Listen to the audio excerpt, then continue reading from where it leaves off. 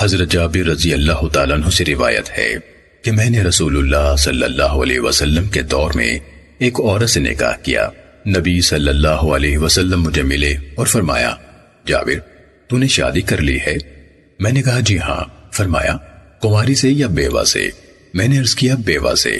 آپ صلی اللہ علیہ وسلم نے فرمایا، تو نے کنواری سے کیوں نہ شادی کی؟ وہ تجھ سے دل لگی کرتی۔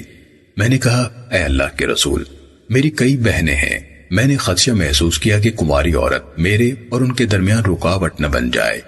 آپ صلی اللہ علیہ وسلم نے فرمایا، پھر ٹھیک ہے، عورت سے اس کے دین کی وجہ سے نکاح کیا جاتا ہے یا مال و جمال کی وجہ سے، تو دین والی عورت کو پسند کر، تیرے ہاتھ خاک آلود ہوں۔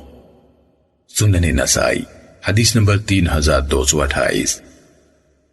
حضرت معقل بن یسار رضی اللہ تعالیٰ عنہ سے مروی ہے کہ ایک آدمی رسول اللہ صلی اللہ علیہ وسلم کے پاس آیا اور کہنے لگا، مجھے ایک خاندانی اور مرتبے والی عورت ملی ہے مگر وہ بانجھ ہے، تو کیا میں اسے شادی کر لوں؟ آپ نے اسے منع فرما دیا۔ پھر وہ دوبارہ آپ کے پاس آیا تو آپ نے پھر منع فرمایا۔ پھر وہ تیسری بار آیا تو آپ صلی اللہ علیہ وسلم نے پھر روک دیا۔ تب آپ نے فرمایا، ایسی اور شادی کرو جو زیادہ بچے جننے والی، خوب محنت کرنے والی ہوں، یقیناً میں تمہاری کثرت کی وجہ سے فخر کروں گا۔ سنن نسائی حدیث نمبر 3229۔